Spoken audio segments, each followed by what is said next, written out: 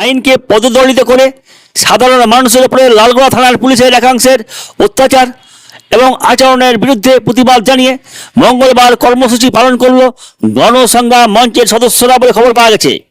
এদিন লালগোলা থানার বিক্ষোভ কর্মসূচি থেকে থানার ওসি অতুল দাসকে বরখাস্তের দাবি ওঠে।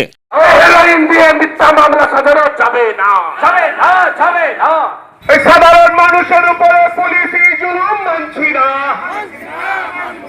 সাধারণ মানুষের উপরে পুলিশি সন্ত্রাস হচ্ছে এই মত প্রকাশের অধিকার কেড়ে কারো সম্পত্তি বেটি রেখে ভোটাধিকার কেড়ে নেওয়া চলবে না।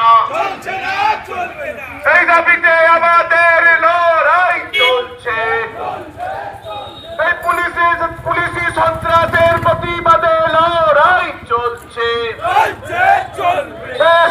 করে ভোটাধিকার কেড়ে নেওয়ার ষড়যন্ত্র মানছি না।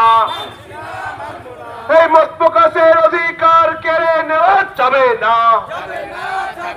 এই ফেসবুক সহ সমস্ত সোশ্যাল মিডিয়ায় মত প্রকাশের অধিকার কেড়ে নেওয়া যাবে না। এই সাধারণ মানুষের উপরে পুলিশের জুলুম নামছে কেন? প্রশাসন জবাব দাও। এই সাধারণ মানুষের উপরে পুলিশি সন্ত্রাস বন্ধ করো। এই সন্দেহভাজন ব্যক্তিকে গ্রেপ্তার না করে থানায় আটকে রাখা যাবে না। এই রাত দুপুরে কারোর বাড়িতে হামলা চালানো পুলিশকে বন্ধ করতে হবে।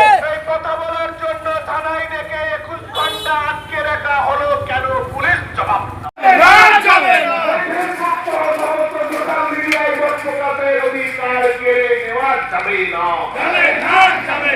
এই দাবিতে আমাদের এই মিছিল চলছে।